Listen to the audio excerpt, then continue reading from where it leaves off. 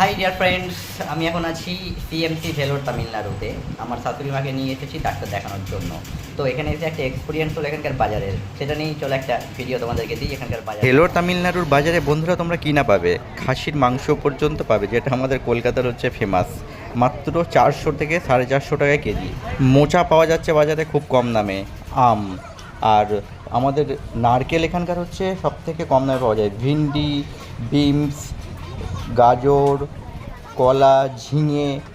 Actually এখানকার বাজারটা পুরোপুরি বেস করে আছে বাঙালি, ওয়েস্ট বেঙ্গল, বিহার, ঝাড়খণ্ড এবং বাংলাদেশিদের ওপরে।